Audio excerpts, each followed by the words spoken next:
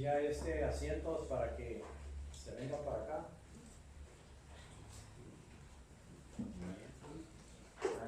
Ya como que...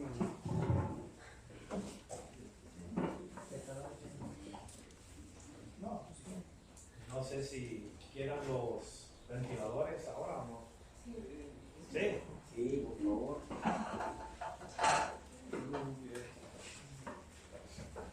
Antes de comenzar.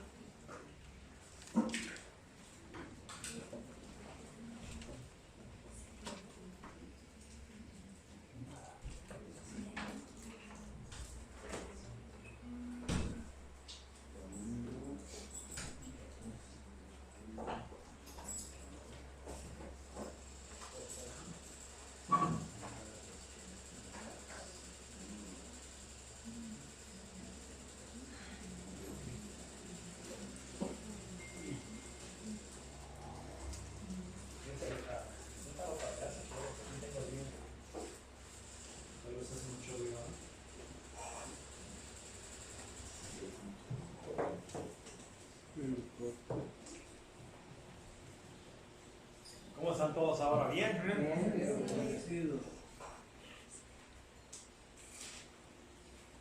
¿Salieron a alabar al Señor? Amén.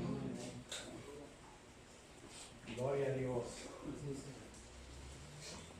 Vamos a continuar en el libro de los Gálatas.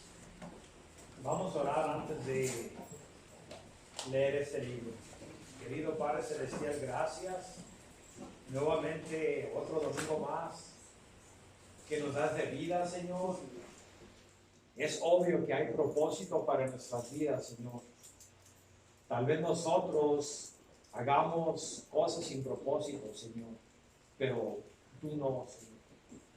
Tú has hecho todo con un propósito y tú has dicho que tú has llamado para que aquellos que sean llamados se preocupen por cosas eternas, cosas que tú has preparado de antemano para que nosotros andemos en ellas, Señor. No es para que vivamos y existamos como las aves o como los animales, las bestias, Señor, sino que tú nos llamas con un propósito. Y pues yo pido, Señor, que mediante la proclamación del Evangelio nos digas el propósito, no nomás el propósito moral, responsable que nosotros te daremos a ti, sino cuál es la agenda tuya en esta tierra, por lo cual tú nos has llamado a que seamos parte de eso. Ayúdanos, Padre, a comprender, ilumina nuestras mentes, nuestros corazones, porque con el corazón se cree, con el corazón se ve, porque eso es la fe, Señor. Así de que ayúdanos, Señor, a comprender para que podamos ser esos siervos que tú te deleitas y que son moldeables en tus manos para tus propósitos, Señor. Gracias, Padre, en el nombre de Jesús. Amén. Amén. Porque los Gálatas ya miramos el fruto que produce la carne, la naturaleza caída, contaminada con el pecado, y lo que produce el espíritu. Pero ahora, aquí está diciendo, digo pues, andad en el espíritu, 5:16 de Gálatas, y no satisfagáis los deseos de la carne. Bueno, ahora nos movemos hacia el espíritu, que es el 22, más el fruto del espíritu. Así de que aquí hay dos tipos de árboles. Las escrituras nos dicen claramente, como leímos en las bienaventuranzas en el capítulo 7 que el hermano estaba leyendo. Ahí habla sobre todo árbol que no produce buen fruto es cortado. Ese es un árbol podrido, que es una metáfora para decir de un hombre que solo sale perversión de él, mentira, que produce el fruto de la carne, y hay frutos buenos porque hay árboles buenos. Jesucristo reprendía a los fariseos. Él les decía: hipócritas, yo sé que ustedes no tienen el amor de Dios morando en vosotros. Dice: haced pues el árbol bueno y su fruto bueno, o el árbol malo y su fruto malo. Dice que él lo reprendía. ¿Saben qué? Ustedes están reflejando el fruto de un árbol malo, de un árbol podrido, cuya fruta, que es la metáfora del pecado, todo aquel que está en Adán, aquellos que no han sido redimidos, se rigen por la carne y son semejantes a un árbol que no produce buena fruta, que no sirve para nada. Nadie puede consumir esa fruta. Pero a los que han sido regenerados ahora hermanos, lo que produce, como Jesucristo dice, que Él es la vid. Ahora la metáfora en vez del árbol es una vid. Así de que nosotros somos los pámpanos. Dice, los pámpanos no pueden producir fruto en sí mismos si no están conectados al tallo, a la vid, y es Jesucristo, es la vida. Ahora, hermanos, nosotros estamos conectados al Espíritu Santo. Si hemos sido regenerados, ahora tenemos la vida de Cristo en nosotros, y si estamos conectados a una relación viva con Cristo, vamos a producir el fruto de lo que aquí se está describiendo. El fruto del Espíritu. Cuando el Espíritu Santo vino a morar en ti, ahora vino a guiar tu vida, vino a capacitarte para que hagas algo que humanamente es imposible. Igual que un árbol podrido no se puede sanar a sí mismo, igual que un pecador no se puede regenerar a sí mismo y producir buen fruto. Pero ahora que hemos sido regenerados, ahora nuestro fruto debe ser diferente y debe ser, hermanos.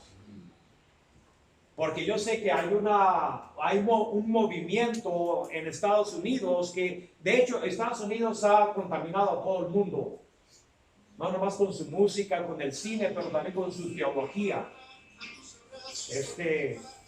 Nos ha contaminado a todos. Y hay una, no se puede decir filosofía, pero una enseñanza que dice: Cristo no tiene que ser Señor de tu vida para ser salvo. Se llama no lordship salvation. Salvación sin que Él sea tu Señor. ¿Saben que este movimiento es falso? Porque si Cristo no es tu Señor, tampoco es tu Salvador, porque es la misma moneda.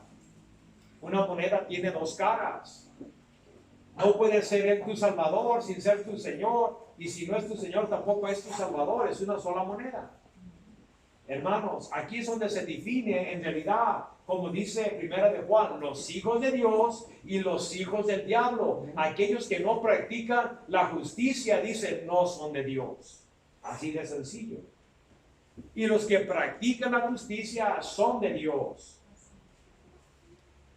Nosotros, hermanos, aunque miren, es lo que llamamos los cristianos carnales. Una cosa es que la carne esté en ti y que tú estés en la carne. Es muy diferente. Lo definimos de esta manera. El mundo está en la carne, 100%. No en el espíritu, nada. Están muertos en pecados y delitos. Pero ahora cuando nosotros como cristianos, cuando fuimos regenerados, ahora la carne está en nosotros, que es esa humanidad que todavía nos resta, que tenemos, donde está confinado el pecado. Es una ley, hermanos, no es una identidad en sí. Tú puedes cortarte la mano y mirar adentro de ella para ver si está el pecado ahí, nunca lo vas a encontrar. Y con de todo, hasta que llegues hasta la cabeza, nunca lo vas a encontrar, porque es una ley que obra en ti, esa ley que engendramos desde el jardín. Pero antes eras carne, 100%, y practicabas lo que el mundo era. De hecho, Dios te llamaba a ti y a mí el mundo, porque Dios amó tanto al mundo. Pero ahora ya no estás en el mundo, ahora ya no estás en la carne, ahora ya estás en el espíritu. Tú eres una criatura diferente. Una criatura, si se puede decir de esta manera, que estás atrapado en un cuerpo pecaminoso. Y que tienes que guardarte. Tienes que someterte al poder, la guianza del Espíritu Santo, porque la carne también se puede manifestar en ti, hermano, y producir fruto podrido que no es beneficiar ni para tu salud espiritual ni para la iglesia. Tienes que cuidarte, pero si el 100% produces el fruto que ya describimos de la carne, entonces la Biblia te dice, y vamos a tocar eso más adelante, no eres de Dios. Porque los que son de Dios ya han crucificado la carne con sus placeres y deseos, nos dice aquí el mismo libro, en el capítulo 3 de Gálatas. Tenemos que tener cuidado sobre esto. Ahora, aquí los que están en el Espíritu van a producir otro tipo de comportamiento. El fruto, no dice frutos. Yo he mirado que mucha gente dice los frutos del Espíritu. No. Si leen su libro aquí, ahí dice, está en singular, no está en plural. No dice los frutos. No, hermanos, cuando Dios habla de esto, estas cualidades que produce solamente y únicamente el Espíritu de Dios, no son únicamente, por ejemplo, el amor. No puedes tú amar y no tener paciencia. No puedes tener dominio propio y tener amor. Todo esto será hecho manifiesto en tu vida o nada de esto. Porque cuando el Espíritu Santo totalmente te controla a ti, entonces esta será la evidencia de que estás caminando en el Espíritu de Dios. Y Él mismo va a producir. Fíjate, Cristo nos dijo en la Biblia, dice, sin mí no podéis hacer nada, no podéis producir nada. Y así también, hermanos, a menos de que estemos conectados a Jesucristo en una relación viva con Él, este fruto no será parte de tu vida.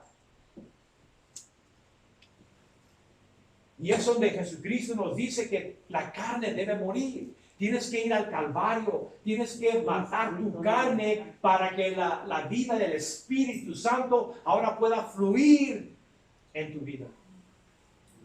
Y eso es lo que el Espíritu de Dios desea. Por eso la carne desea contra el Espíritu y el Espíritu contra la carne, porque los dos quieren controlar tu vida. La carne quiere controlar tu vida, pero el resultado es muerte y destrucción. El Espíritu quiere controlar tu vida, pero es vida y paz. Esto es lo que la Biblia nos dice, hermanos. Y tocamos muy poco lo que decía la otra semana sobre el amor. Sabemos que el amor no es un sentimiento, no es una emoción, ya lo sabemos. Es un acto de la voluntad, por lo cual tú amas a una persona, aunque esa persona te desprecie, aunque esa persona te odie, aunque hable de ti, haga lo que haga, tú vas a amar, vas a beneficiar a esa persona, aunque te cueste. Ese es el verdadero amor, porque un acto de la voluntad no se anula ni se quiebra. El amor verdadero, eso estamos hablando del amor de Dios, hermano. Nosotros tenemos un amor falso, un amor a la medida, un amor que llega tan lejos hasta donde yo quiero. Ya nomás invades mi espacio, ya te odio, ya no te quiero, hazte para allá. ¿Qué pasó con ese amor? No, que el amor es inquebrantable. Todo el tiempo tenemos una etiqueta de precio. Te amo, pero sí. Entonces estás amando condicionalmente y eso es egoísmo. Es un amor egoísta. Y el humano, somos así, hermanos, somos egoístas. Por eso aquí no te dice la palabra que Dios te va a ayudar a que tú produzcas tu amor. Tu amor es inservible. Mi amor no sirve para nada. Mira el mundo cómo está, no se aman, se odian. Esto es la evidencia. Lo opuesto del amor es el odio. Odiándose y odiándose unos a los otros, nos dice en Efesios. Eso es la condición del mundo. Por eso es necesario, si tú quieres amar a una persona, que Dios sea el que produzca ese tipo de amor en tu vida. Cuando tú amas a una persona con el amor de Dios, el agape, ese amor incondicional, verás que al que tú amas se beneficiará, porque nunca le harás un perjuicio a tu hermano, porque le amas con el amor de Dios. Con el amor de Dios. Ahora también estamos hablando del gozo. Otro también confunde el gozo con un sentimiento. No es que sentí la presencia de Dios, ¿o sí? ¿Cómo la sientes? ¿La sentiste como la tocaste? No. ¿La oíste? No. ¿La probaste? No. ¿La oliste? No. Entonces, ¿cómo sentiste? Porque obvio, al sentir viene del verbo del sentido. Y solo podemos relacionarnos con el mundo por los sentidos. Y quítate los ojos y los oídos, entonces ya no te puedes relacionar con tu alrededor, para nada. Porque Dios nos ha dado estas cosas para relacionarnos con el mundo en el que nos rodea. Y así también, ¿cómo vas tú a sentir la presencia de Dios? ¿Cómo lo analizaste? Yo pienso que eso es algo falso, hermanos. ¿Cuánta gente no baila y canta y brinca y hace tantas cosas y sale y sigue la misma persona? ¿Qué pasó con el sentir de Dios? No, hermano, no estamos hablando de una experiencia humana. Yo pienso que a veces confundimos el gozo con la alegría. La alegría sinceramente, te da alegría cuando las cosas te van bien.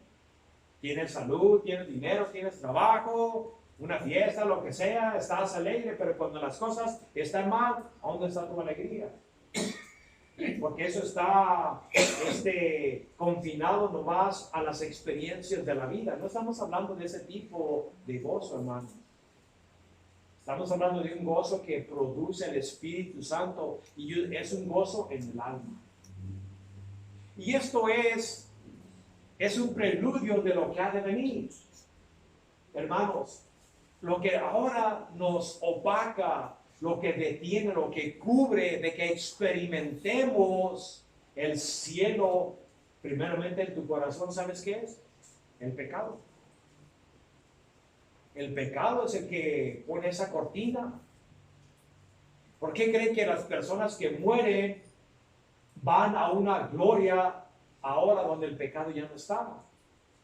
Con la hermana Rita, ahorita su gozo es inquebrantable, eterno. Ya no hay nada que destruya ese amor, ese gozo en el cielo. Por eso, cuando uno se somete al Espíritu Santo, uno comienza a tener el gozo interno en el alma. Ya se lo describí cómo Pablo y Silas los habían golpeado y estaban en la cárcel. No les pudieron tocar el gozo porque el gozo estaba en el alma de ellos.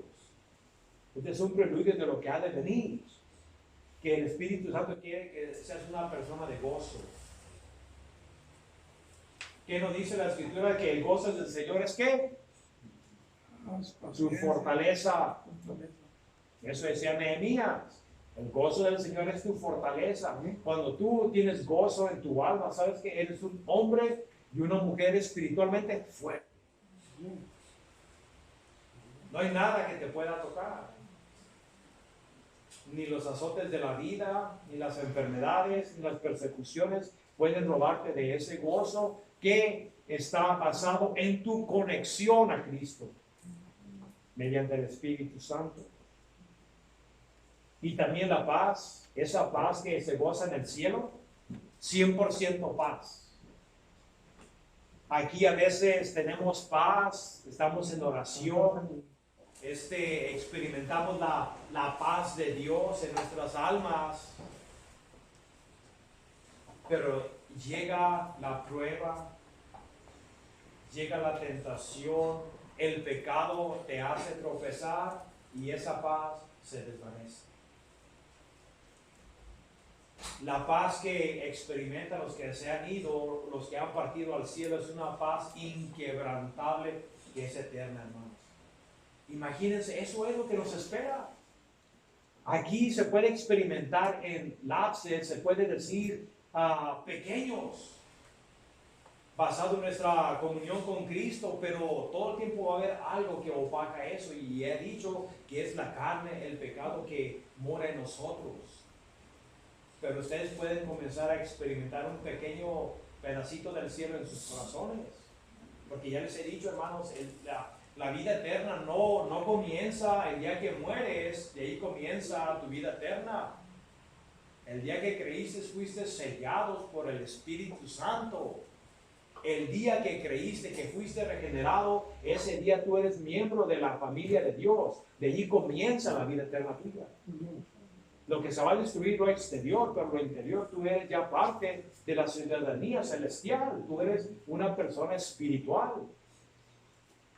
Que Pablo puede decir, absente del cuerpo, presente con el Señor. Ahorita no estamos en el cielo porque estamos en el cuerpo, pero cuando salgas del cuerpo, inmediatamente a la presencia de Dios. A experimentar lo que aquí se hace parcialmente, allá será total.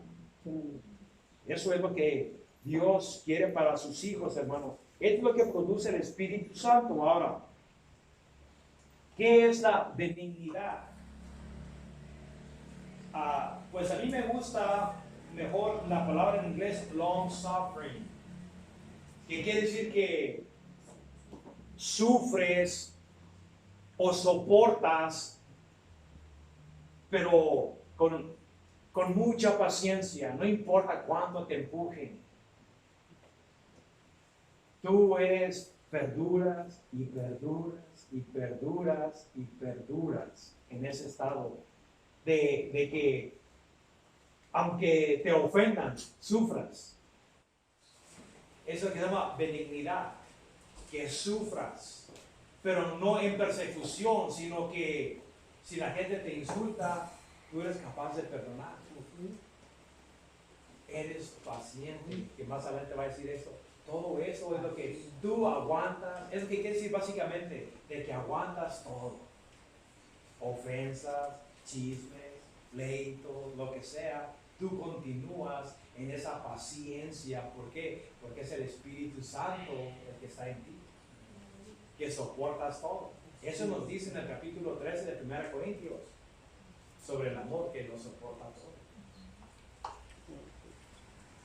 Long suffering. Sufres largamente. Nada te hace temblar. Y luego también es bondad. Bondad, que en inglés es goodness. Good es bueno. Y esto es lo que Dios quiere que nosotros seamos, que seamos buenos. ¿Qué quiere decir esto? La bondad, hermanos, ser buenos es un sinónimo de la justicia, que practiquemos lo que es bueno. La gente que dice es que yo no encuentro los propósitos de Dios en mi vida, pues ¿sabes qué? Aquí está uno, sé bueno. Sé bueno, porque Dios es bueno, así de fácil. Pero no serás bueno a menos de que el Espíritu Santo, he dicho, controle tu vida. Si tú estás en la carne, ¿cómo responderás? En la carne. Tú responderás como un ser humano caído.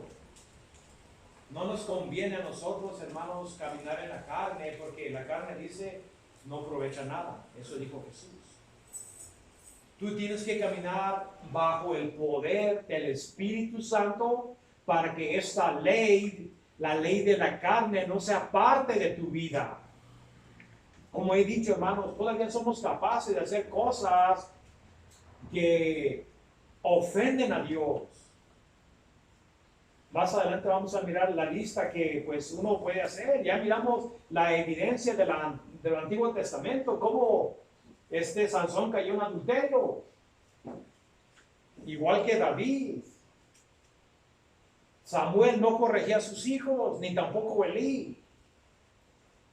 Hubo muchas deficiencias y como dice Pablo, estas cosas fueron escritas para nuestra amonestación, como ejemplo, para que no copiemos, no para que justifiquemos. Es que ellos lo hicieron, es que yo también puedo, es que soy carnal. No, están allí por ejemplos para que mires lo que les pasó a consecuencia de eso. Para que no hagamos esas cosas, sé bueno. Y la otra es fe. Pero aquí en inglés les digo, me gusta mejor porque dice faithfulness, que quiere decir básicamente fidelidad, pues que viene de la fe. Pero aquí estamos hablando de algo que el Espíritu Santo produce, porque uno de los dones del Espíritu que operaba en la iglesia primitiva era el don de la fe, para creerle a Dios por cosas extraordinarias, no ordinarias, extraordinarias, y esa fe era capacitada por Dios, porque el hombre no puede ejercer ese tipo de fe. Ahora tenemos una fe práctica que es diferente, no es un don, ahora es tu responsabilidad de creerle a Dios. Pero aquí estamos hablando de la fidelidad. Aquellos que están caminando en el Espíritu de Dios serán notados por su fidelidad hacia Dios. Ahora, tú podrás decir a ti mismo, soy fiel. Entonces, si tú respondes no a tu pregunta, entonces no estás caminando en el Espíritu Santo, estás caminando en la carne. Hermanos, nosotros no somos árboles secos plantados en un desierto donde no hay agua, que no son productivos, que se secan por falta de humedad. Dios no nos ha llamado a eso, hermanos. Dios no nos ha llamado a que seamos parte del mundo, porque lo que nos detiene a nosotros de ser fieles, ¿sabes qué es el mundo? Son los placeres de la carne, que la carne quiere gobernar tu vida. Y esos placeres son los que te guían a hacer y desobedecer a Dios y te hacen infiel. Y si eres infiel, ya todo lo demás se desvanece, porque es el fruto del Espíritu, igual que la ley. Si quiebras uno, ¿qué? Quiebras todos. Y así también, quiebra aquí la orden que está aquí escrita, también quiebras todo. Una persona que no es fiel no ama a Dios, no tiene el amor, no tiene gozo en sí, es una persona miserable. No va a tener paz en su corazón, nadie se querrá juntar con él. ¿Por qué? Porque es una persona en la carne, la carne no es bueno, no es beneficial. No te llevará a la voluntad de Dios ni a la comunión con Dios, sino que te alejará. Dios nos ha llamado a que seamos fieles a la fidelidad. Y es lo que Él dice que un día quiere decir: bien hecho, bueno y fiel siervo. No nos llama a la perfección, pero sí nos llama a la fidelidad. Dios quiere gente que en realidad se esfuerce, que se levante más allá de lo humano, se puede decir de eso, a lo espiritual.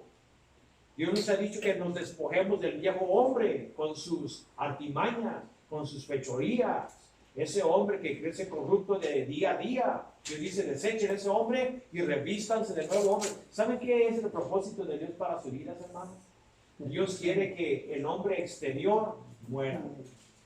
Y que el hombre interior, que ha sido renovado, que ha sido justificado, que ha sido creado a la imagen de aquel que lo creó, a Jesucristo, que salga a relucir, que resplandezca el hombre espiritual.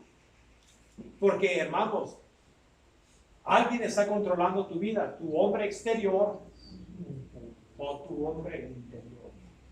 ¿Quién es? Si eres infiel, yo te digo que tu ser exterior te está controlando a ti. Estás caminando en la carne. Y vamos a mirar más adelante de aquellos que persisten en este comportamiento, en este estilo de vida. La palabra nos da advertencias para que analicemos, para que miramos la condición de nuestro corazón, en realidad a quién servimos. Ahora, el 23, mansedumbre.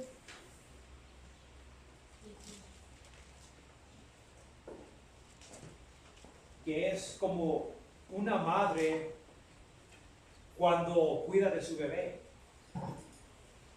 que pues lo limpia, lo baña, hace todo por el bebé. Gentleness, es como una madre que es muy amable, buena con su bebé. Y así también es lo que nosotros debemos de sacar de nosotros, porque Dios quiere usarte a ti. Hermanos, un dedo solo, ¿para qué sirve? Para nada. Dios pone el dedo para que ayude a la mano, al brazo y al cuerpo. Y así también, este fruto que Dios quiere producir en tu vida es para que alguien más, aparte de ti, se beneficie. Que tú seas como esa madre que quieres lo mejor para tu niño, para tu bebé, así también que uses la misma diligencia hacia otro. Pero he dicho, hermanos, que si estás en la carne no lo vas a hacer. Porque todo lo que la carne toca no se convierte en oro. Se destruye, hermanos. La carne aprovecha nada. Si tú quieres amar a tu prójimo y beneficiarle, entonces el fruto del Espíritu, andar en el Espíritu, someterte al Espíritu es indispensable. Tú mismo en tu propia fuerza no vas a poder, vas a ser víctima de la carne. Es como tratar de jugar, estirar una cuerda contra un elefante, no le vas a ganar. Así también la carne te superará, controlará tu vida, controlará tu mente. Dios dice, no, te da mi espíritu, sométete a él. Quiero producir esto en tu vida ahora. Y cuando eso es producido, también alumbramos. Esto es lo que la otra metáfora de la sal y la luz de la tierra que somos. Cuando estas cosas son evidentes en tu vida, la gente mirará, esta persona es diferente. Porque lo que brilla es la verdad. Y si tú vives de acuerdo a la verdad, de acuerdo a lo que el Espíritu Santo produce, entonces tú serás algo diferente a la oscuridad de este mundo. Porque el mundo no produce esto. Ellos producen la oscuridad, es todo lo que producen. Tú serás una luz.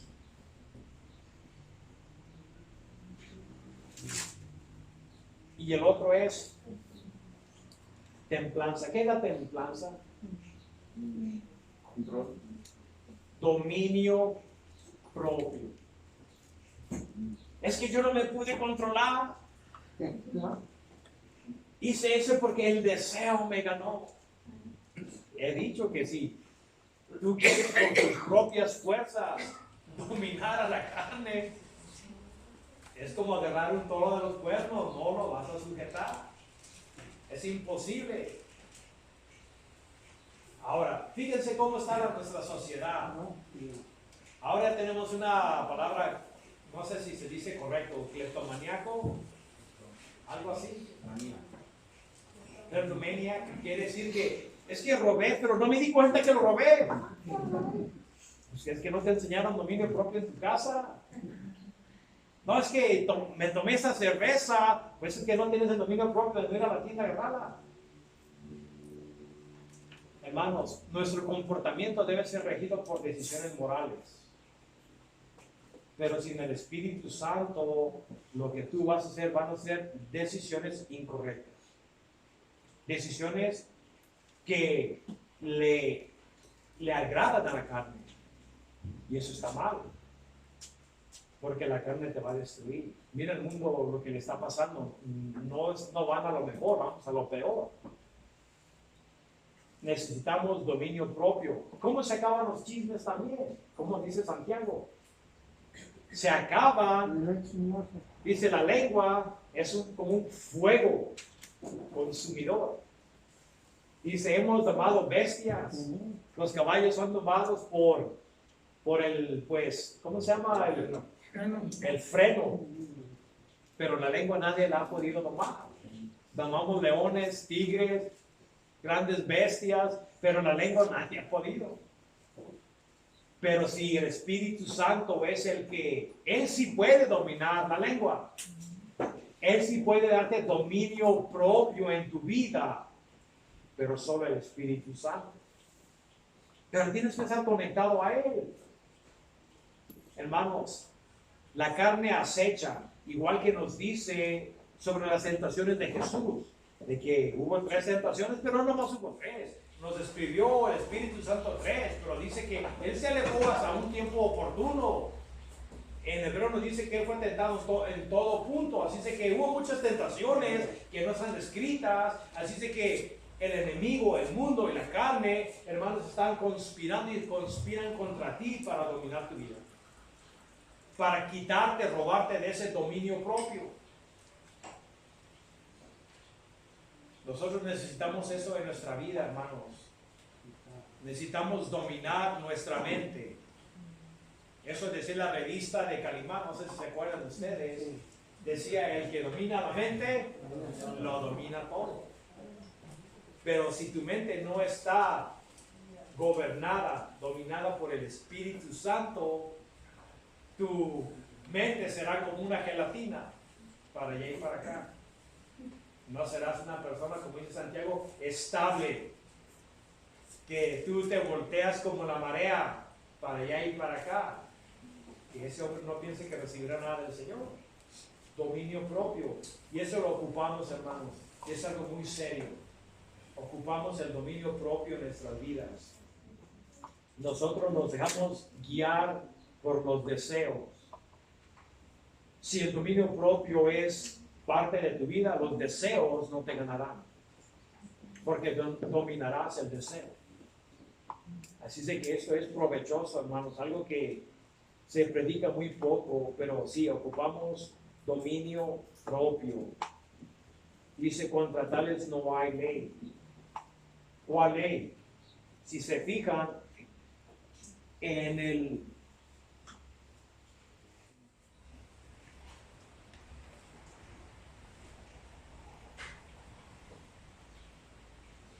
versículo 21 nos dice,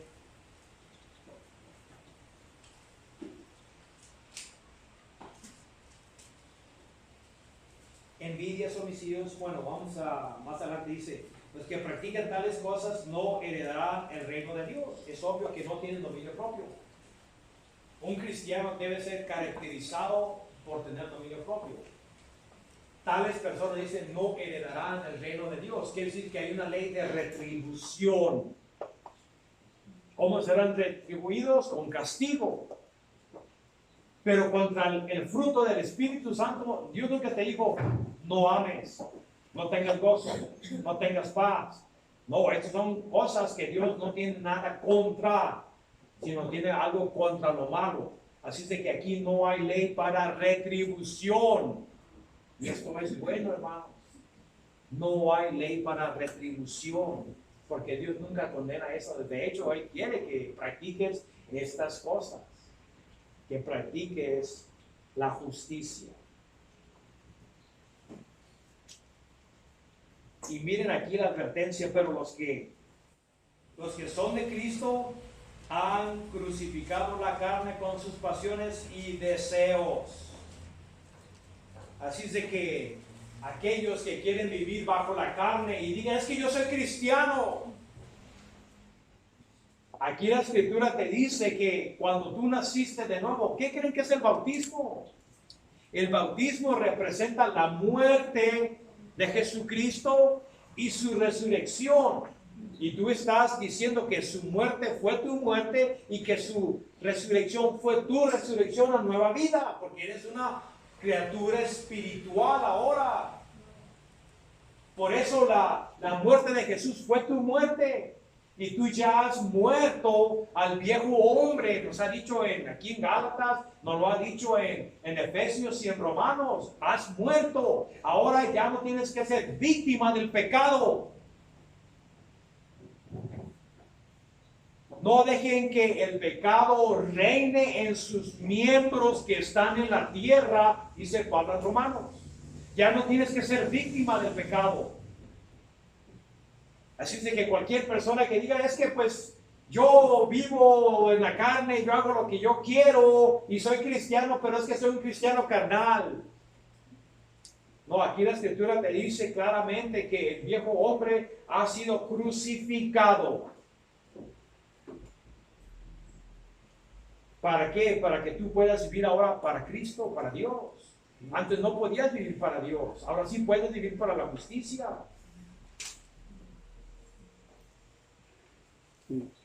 Han crucificado los deseos de su carne. Ahora, ya sabemos que aquí nos da una lista que nos dice, en el 19 nos dice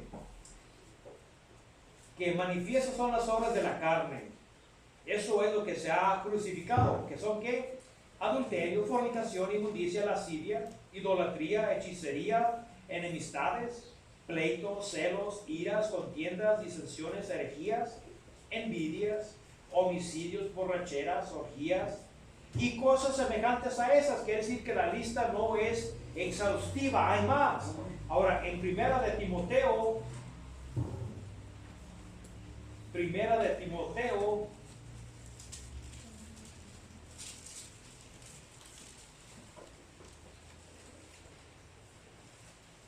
el 1:8 nos dice: pero sabemos que la ley es buena si uno la usa legítimamente, conociendo esto, que la ley no fue dada para el justo, sino para los transgresores. ¿Para quién? Desobedientes, para los impíos, pecadores, para los irreverentes, profanos, para los parricidas y matricidas. Esos son los que matan a los padres, para los homicidas, para los fornicarios, para los sodomitas o homosexuales, para los secuestradores, para los mentirosos y perjuros, y para cuanto se oponga a sana doctrina. Quiere decir que tampoco la lista es exhaustiva. Ahora, Romanos 1.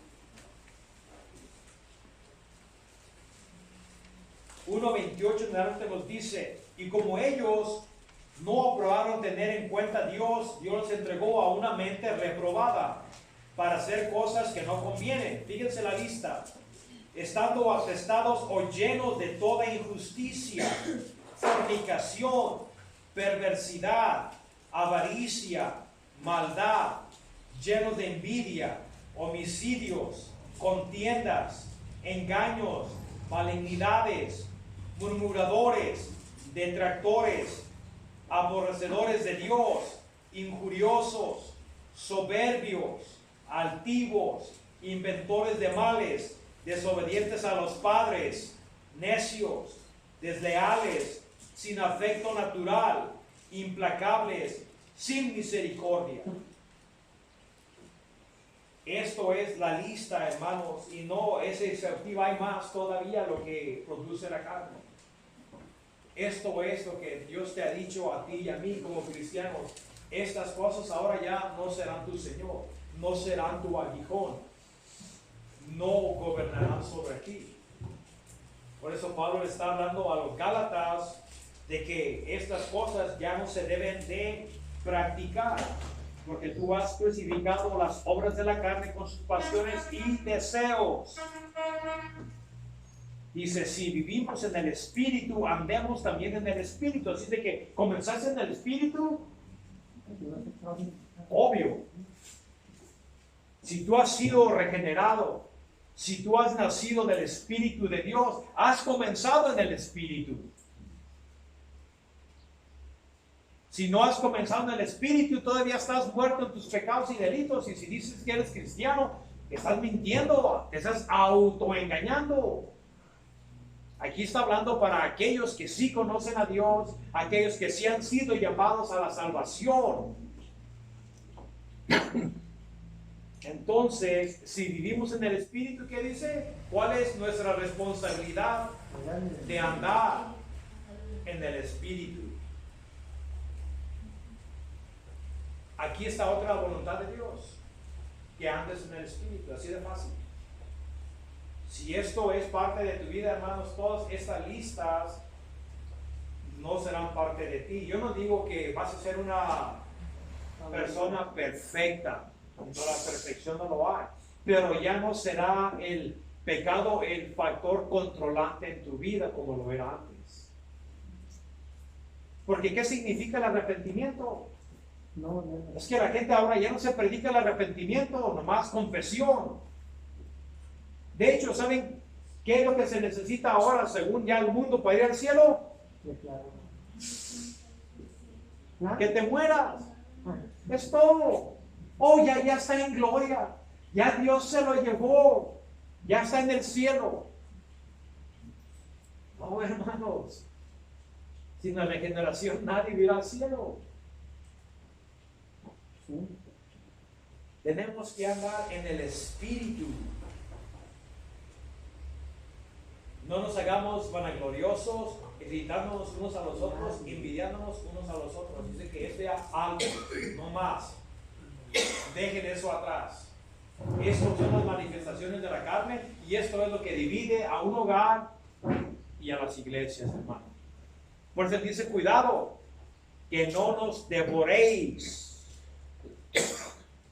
No nos devoréis unos a los otros. Eso dice en el versículo 15. Si no os mordéis como los perros y os coméis unos a los otros. Eso no debe de ser ya parte de esta familia espiritual. Se acabó, hermanos. Dios tiene reglamentos por lo cual los hijos de Él deben de regirse. Ahora, ciertos consejos a la iglesia. Aquí dice, podemos caer en pecado, sí. Una cosa es caer en pecado y otra cosa es vivir en el pecado. Una cosa es que tropieces, resbales, y una cosa es que sea tu estilo de vida. Aquí te dice, hermanos, si alguno fuere sorprendido o atrapado, porque eso es lo que, cuando uno se descuida de las cosas de Dios, hermano, eso nos puede acontecer. ¿Qué le pasó a David? David era un guerrero, pues natural. Dios lo llamó pues a ser rey y defender y pelear las batallas de Jehová. Todo iba bien cuando él iba a la batalla, pero llegó el día en que ya él pensó que ya tenía todo dominado y ya se quedó en su casa y mandó a Joab, su jefe militar, a pelear la batalla, y él se relajó y se quedó en su casa. ¿Y qué fue lo que pasó? Vino a una mujer bañándose allá, no tuvo dominio propio, la lascivia comenzó a obrar en su corazón y hizo cosas que no debería haber hecho. Y sabemos que no nomás tomó a esta mujer, un niño murió, pero también mandó a matar a su esposo para cubrir su pecado. Miren las consecuencias, hermano. El pecado nunca es bueno. Por eso dice, si alguien es atrapado, porque ustedes piensan que ustedes no son susceptibles. Mientras tengas esta isla de carne en ti todavía donde el pecado radica, tienen que guardarse. Por eso el Espíritu Santo está ahí, para que caminen por el Espíritu Santo, por la fortaleza que Él da. Porque si te alejas, ¿y cómo es que nos debilitamos? No congregándonos. Yo te digo, una persona que no lee la palabra, que no ora, que no se congrega, y yo te diré quién es esa persona. Yo sé dónde estará su corazón. Porque su corazón, si estuviera aquí. Y si está allá, es porque es de allá. Así de sincera, así de fácil. Es muy fácil. Así se debilita la gente, se va debilitando, hasta llegar al punto en que la carne lo domina y comete un acto. Fíjense, hermanos, lo que pasa en el libro de Santiago es sobre la tentación. La tentación nunca se va a ir, hermanos. La tentación estará ahí hasta el día de tu muerte.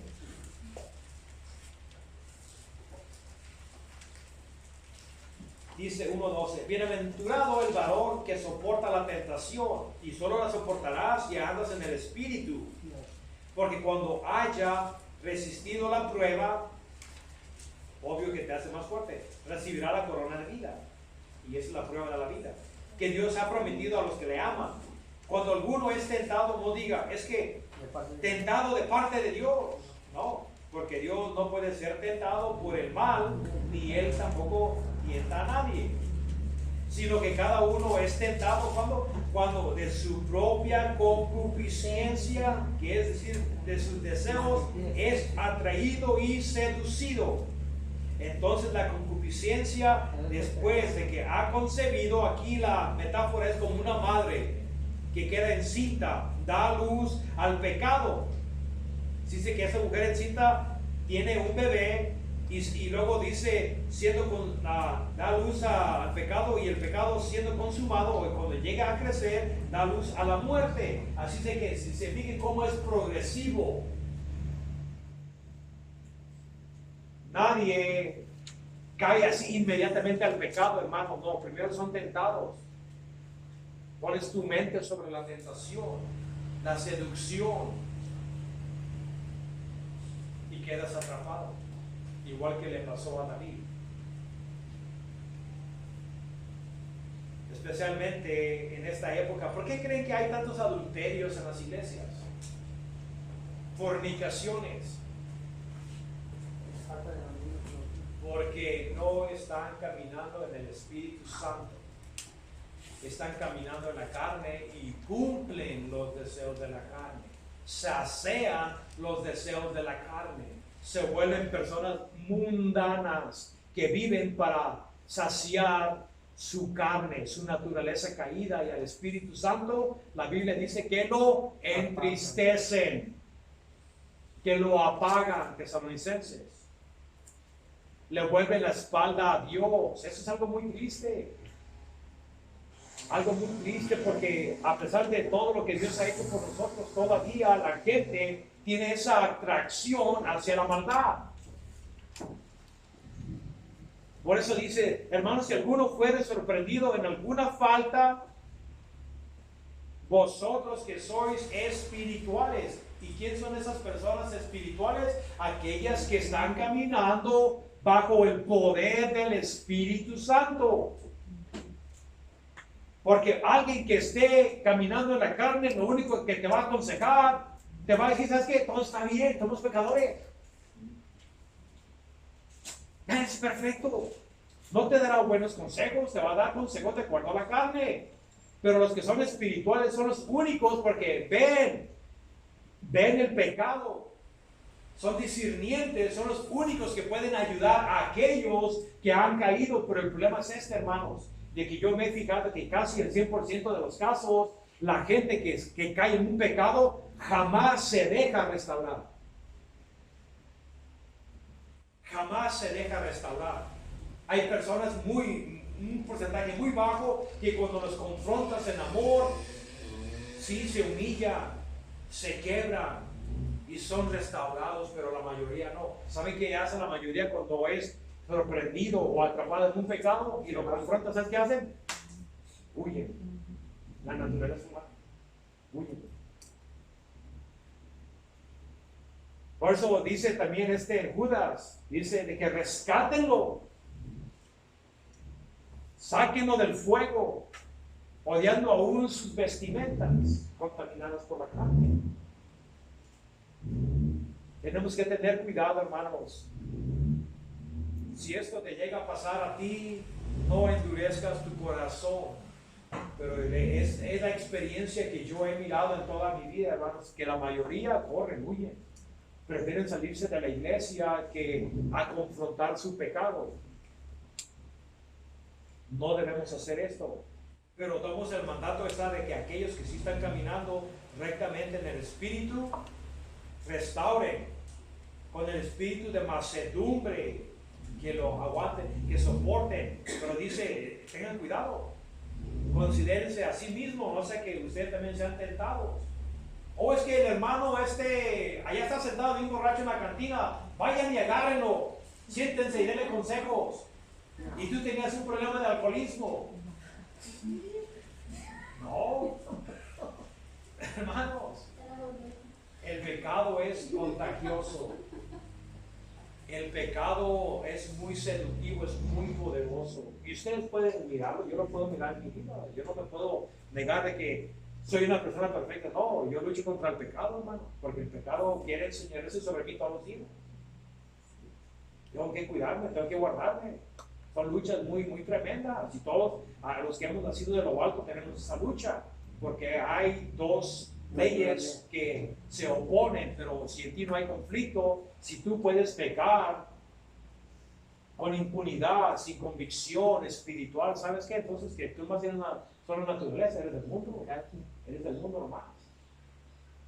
El cristiano sí puede caer en pecado Y aquí la instrucción es rescátenlo, pero ustedes tienen que tener cuidado porque ustedes también pueden ser o pueden caer víctimas de la misma tentación. Y por eso aquí dice el consejo, el versículo 2, sobrellevad los unos las cargas de los otros. Y aquí la palabra griega es una palabra que se dice algo muy insoportable, lo que el hermano no puede soportar. Hermanos, aunque nosotros hemos nacido de lo alto, ¿saben que todavía tienen debilidades? ¿Tú piensas que ya en la regeneración ya fuiste perfeccionado? No, no. Tú vas a ser perfeccionado cuando tu cuerpo se levante en la resurrección. Pero por mientras tienes carne que es muy propensa con la inclinación a la maldad. Y es muy pesado el pecado, hermano. Cansa, te debilita. Y solo otros pueden ayudarte a salir de ese abismo, de esa zanja, de ese pozo donde muchos han caído víctimas, porque nunca se guardaron. No quisieron vivir por el poder del Espíritu Santo y fueron atrapados.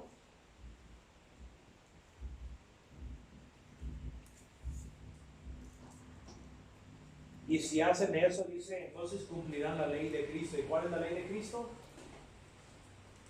El amor. El amor te inducirá a rescatar a tu hermano mientras que el hermano quiera.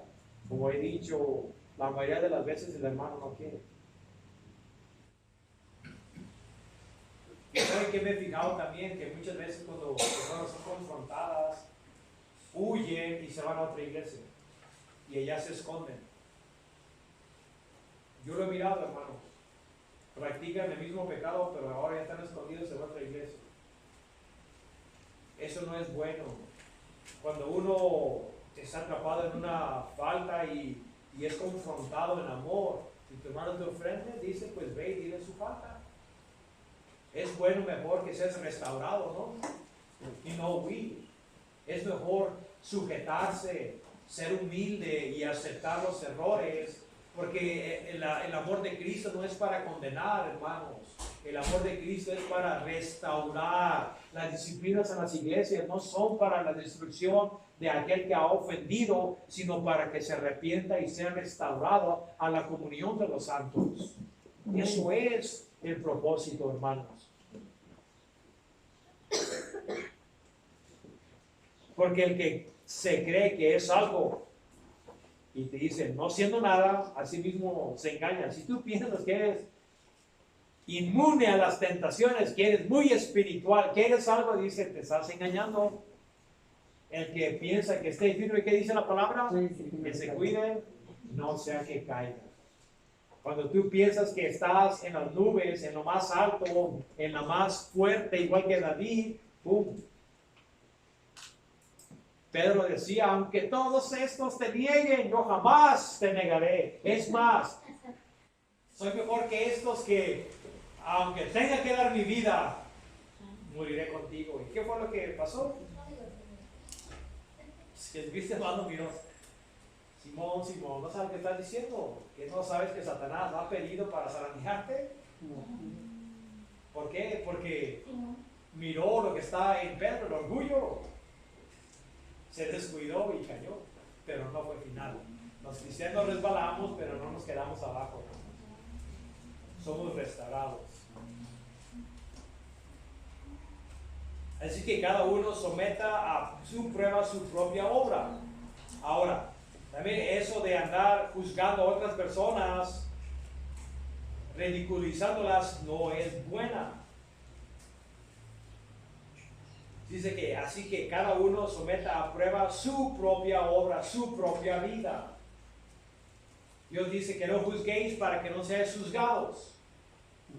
Porque muchas veces tenemos una licencia de jueces, de andar buscando injusticia, de andar buscando pecado en la vida de otros. No, hay ciertas cosas que sí se confrontan, hermanos, pero lo que Dios no quiere es que tengamos un espíritu crítico, que andemos criticando a otros por cualquier cosita. Oh, mira, aquel masca chicle. Una vez me reprendieron a mí por mascar chicle en la iglesia, hermano. Para él su convicción era de que era pecado. Para mí no lo era. Tal vez si me haya dicho, en amor, ¿sabe qué, hermano? Pues quiere su chicle. Ok, está bien, pero lo dicen acá muy autoritativos, así ofensivos. No son cosas triviales. Dios no te dice que mastique chicle o no mastique. Pero son cosas que pasan, hermanos. Queremos encontrar cosas diminutivas, faltas en el prójimo. E ignoramos lo que está en nosotros. Por eso hay que decir, no, espérense. Si hay ciertas personas que es evidente, es atrapado, pero hay ciertas cosas que sabes que mejor evalúate a ti mismo. Pon la lámpara de búsqueda, pero en tu corazón, no la de otros. Cada uno se someta a la prueba de su propia obra. Ustedes escudriñen, miren su propia vida, a ver si están caminando en el amor de Cristo, en el Espíritu Santo. Miren su propia obra, su conducta.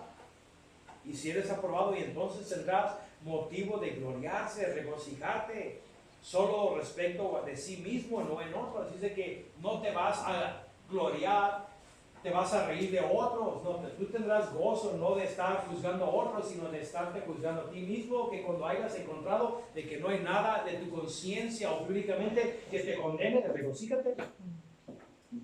Es mejor la autoexaminación. Y otra de las cosas también es, porque cada uno llevará su propia carga, pero es que no te dice aquí que ayudes con las cargas del débil, del que ha sido sorprendido en un pecado, pero aquí está usando otra palabra griega, que quiere decir aquí es una carga liviana que sí se puede soportar. Y eso es que tu responsabilidad delante de Dios, tu conducta. La otra es una carga que solo las bestias pueden cargar. No, aquí está hablando de algo que sí tú puedes levantar y cargar, que es tu propia vida. Analízate a ti mismo. Y otra de las cosas es, el que es enseñado en la palabra, haga partícipe de toda cosa buena al que lo instruye.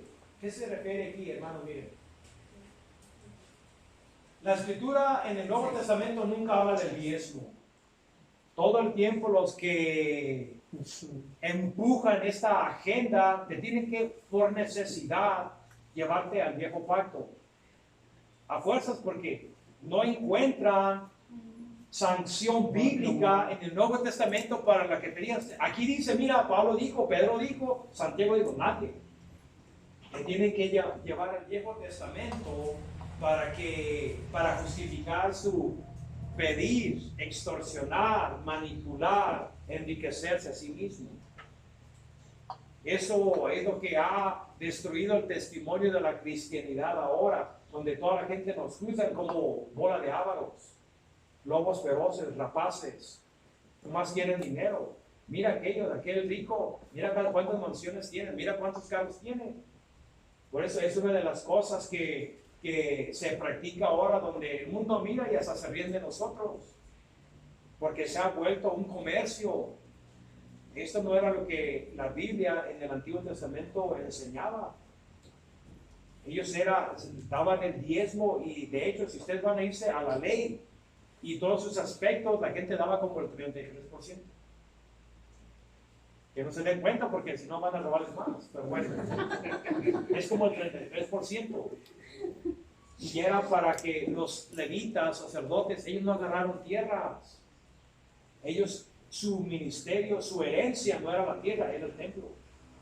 ¿Cómo iban ellos a comer si estaba su herencia en el templo, sirviéndole a Dios, representando a las otras tribus delante de Dios? Bueno, pues Dios hizo que la gente trajera de sus cosechas, de sus ganados, y trajeran y le dieran a estas personas para que comieran. Y otra de las cosas, hermanos, la ley no se puede ministrar sin sacerdotes. No se puede ministrar, porque el sacerdote era el que era intermediario. Ahora ya no ocupamos intermediarios. Pero ahora no vamos a tirar el bebé con el agua. Porque ahora mucha gente dice, no, un pastor no debe de ganar dinero. Se van al otro extremo. Pablo le decía a Timoteo que una analogía de un buey, que no le pongas el bozal al buey cuando está moliendo. ¿Por qué? Porque el buey se gana su comida, su grano moliendo. Pablo decía que yo tampoco no tengo derecho de tener una esposa como Cefas y Santiago, o de ser sustentado por vosotros. O sea que yo y Silas no tenemos este derecho. Pablo no ejercía su derecho de pedir contribuciones a las iglesias porque él no quería que lo acusaran de enriquecerse a costillas de las iglesias. Porque ya lo traían los falsos profetas, falsos maestros, de que él hacía todo eso para obtener favores sexuales de las mujeres. Que era un falso profeta porque les decía que la gente quería huir para que le dieran dinero. Ya lo traían en la boca y querían arruinar su reputación en las iglesias. No, hermanos. Aquí nos dice claramente que el que es enseñado, que son ustedes en la palabra, haga partícipe o que contribuya de toda cosa buena al que lo instruye. Eso es al pastor. Pero todo tiene que ser con responsabilidad. Déjenles digo, hermanos, en la iglesia donde yo iba en Estados Unidos, allá cuando contábamos el dinero, porque yo le ayudaba a los ancianos, el pastor no podía estar presente. Nosotros nos encargábamos, teníamos una bolsa del banco que se sellaba, ya no se podía romper hasta que llegara al banco. Así que ahí contábamos los pennies, bueno, todas las monedas, los billetes y todo, y poníamos allí todo lo que entró, se sellaba y se iba al banco. El pastor jamás ponía sus dedos en un centavo. Ya después al pastor se le daba la nota de cuánto entró, pero el pastor, él tenía su salario. Es todo. Él no podía decir nada sobre los asuntos de la iglesia. Si había una necesidad en la iglesia, vamos a poner pavimento, vamos a pintar, etcétera. Primeramente se le consultaba a la gente. Tenemos esta proposición, los ancianos proponían algo. Ok, vamos a ponerla al voto, a ver, ¿quieren un baño o de pintarlo de este color, y etcétera? ¿Cuántos a favor? Y ahí se contaban. ¿Cuántos en contra? Y se contaban. Y el que fuera mayoritario, pues, se hacía eso. Pero el pastor no tenía nada que ver. Así tiene que ser, hermano. Porque donde un pastor no le da cuenta a nadie y se bolsa todo el dinero, ¿saben qué? Él ya no está allí por la gloria de Dios. Él lo está mirando como un negocio igual que los que estaban vendiendo y comprando en el templo, en la plaza ahí. Y eso es lo que arruina el testimonio de la cristianidad, porque nos acusan a todos que somos una bola de ávaros. No, hermanos, no es así. La mayoría ahora de los auto llamados de aquellos superapóstoles, superdelegados, ungidos y todo, ya aceptan no nomás el diezmo, sino que diamantes, carros, casas, ya manipulan a la gente, dándoles el cuento de que Dios los va a bendecir si dan su casa. No, te vas a quedar en la calle. No quieren que te compres una tiendita de cantar. Es una realidad, hermano. No, sabes que Dios no ocupa tu dinero. Si no tienes, pues no ves. Dios no requiere nada de ti. Dios es el dueño del universo. Uno da de acuerdo, uno tenga, Dios lo prospere. Pero no hay mandato en la Biblia. Y tú dices, mira, aquí dice que cada uno aquí aparte algo cada semana. Ya ves, aquí dice el 10. No. Está hablando de la colección. Eso quería. Y yo quiero que ustedes en su tiempo analicen esto, capítulo 8 y 9 de 2 de Corintios. ¿Cuál era el propósito que Pablo le estaba hablando a la iglesia? Que Dios ama a un dador alegre, no por compulsión, Bueno, así, da todo lo que tienes y quédate en la calle. O por necesidad, es que usted tiene que dar, hermano, es necesario que dé. No, porque Dios ama a un dador alegre, pero ahí está hablando en el contexto, dice, para que cuando yo llegue,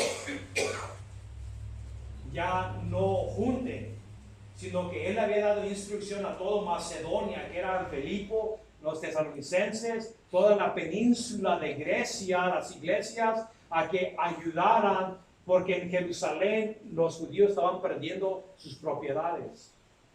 La persecución estaba comenzando duro en Jerusalén y ya eran expulsados de la sinagoga. Cuando te expulsaban de la sinagoga ya no puedes hacer tu comercio con tus compatriotas. Perdías tu negocio, perdías tu herencia, perdías tu familia, te empobrecías. Y Pablo estaba recaudando fondos para llevárselo a los pobres. Nada que tiene que ver con la iglesia local. Esto ha sido manipulado. Esto no debe de ser, hermanos. Todos tenemos que leer la Biblia de acuerdo a su contexto.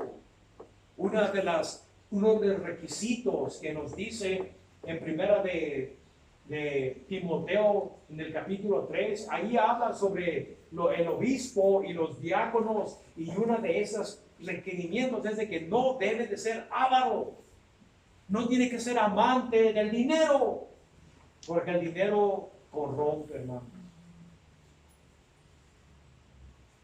Por eso en muchos lugares, hermanos, no se les predica la palabra correcta, porque ¿saben qué? No quieren ofender a la gente, porque si una persona se va la cartera, se van los billetes. Entonces ellos bajan el estándar bíblico para acomodar a la gente y sus caprichos y sus maldades y todo. ¿Por qué? O es que fulanito es muy dadivoso, tiene mucho dinero. Sí, pero ese anda en adulterio. Dios perdona. Usted échela a la caja, hermano. Sí, hermano, manipulamos las escrituras por causa del amor al dinero. No hay que mirar esto. El dinero segundo, ¿saben qué? Yo he dicho esto. De donde Dios llama, Él provee. Porque el ministerio no es mío, es Él. ¿Quién va a la guerra a su propio costo? Nadie. Así es de que si Dios llama a algo, Él te va a dar todo. Entonces, si los pastores dicen, es que usted tiene que ejercer fe, entonces, ¿por qué tú no tienes fe que Dios va a dar para tu ministerio? ¿Por qué tienes que andar manipulando a la gente? Porque es manipulación, hermanos. Así es de que cada quien dé de acuerdo a su conciencia, a su relación, como Dios tenga prosperado. Y si no tienes nada que dar, y si tienes necesidad, ven a la iglesia y te ayudamos. Es al revés. Te ayudamos en tu necesidad. Si no tienes, no des. Mire, deje por último, les digo la historia sobre esa viejita. Muchos dicen, mira, ¿ves esa viejita que tenía, no sé cómo se dice en español, 2 moneditas, mites? 2 marcas. Y lo dio en el templo. Y Jesucristo le dijo, miren, ¿ven esa viuda? Ella dio más de aquellos que sacaban su manojito de dinero y lo entregaban a la caja. Porque aquellos nos dieron de su abundancia, pero ella de su necesidad. Pero en realidad, ¿esto era bueno? No. ¿Por qué hizo eso? ¿Por qué Jesucristo le decía, ustedes devoran las casas de las viudas y por pretexto hacen largas oraciones? Porque estaban estafando a las viudas, a los necesitados, a los pobres. Igual que ahora. ¿Sabe que usted de todo que cabo Dios le va a dar?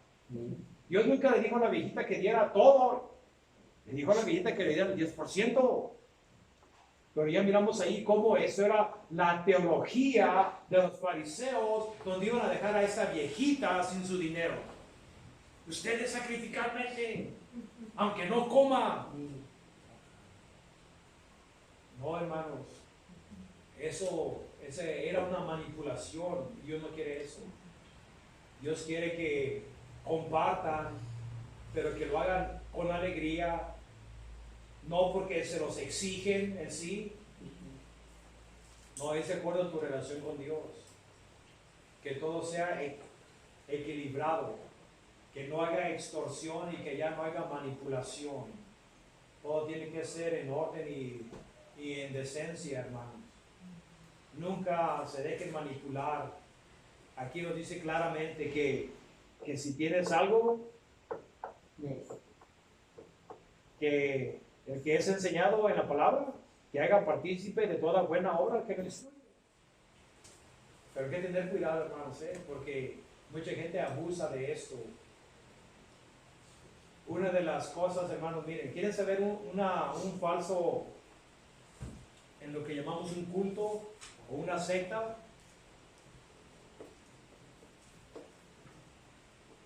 Los mormones son dueños de todo Utah.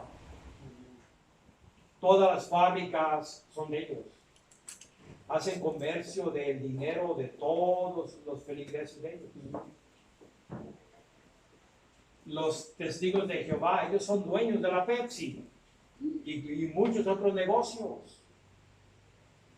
Tienen mucho dinero que se lo mandan a Brooklyn, Nueva York, a los profetas de ellos. Están centralizados, allá mandan el dinero. Y esa gente ignorante acá vendiendo revistas y todo, haciendo comercio de las cosas de Dios. La luz del mundo, miren, estas personas mandan todo su dinero al profeta. Y ya saben lo que le pasó. Pero, ¿por qué están tan ostentosos? ¿Por qué tienen tanto dinero? Lujos. El Vaticano, ¿por qué? Miren, hermanos, el Vaticano es el dueño del mundo, excepto en el Oriente, pero ellos son los dueños de Latinoamérica y de Europa. La Nestlé, Coca, petroleros, bancos, ellos son los dueños, porque están haciendo comercio de la gente. Se aprovechan de la gente, hermanos. Dios nunca nos mandó a que fuéramos a establecer bancos ni negocios, sino que fuéramos a ministrar la palabra. No lleven bolsas, no lleven 2 túnicas, porque el obrador es digno de su salario. Pero como dijo Jesús, ustedes han hecho una cueva de ladrones, y ahora eso ha pasado. Hay cuevas de ladrones donde quiera. Tengan cuidado de que nadie nos manipule, hermanos. De sus 3 centavitos que se ganan, no, lo que Dios le ponga en su corazón, hagan eso. No se dejen manipular. Ahí le dejamos y continuamos la semana que viene. Yo pienso que ya se acaba la semana que viene. Amén. Entonces, sí,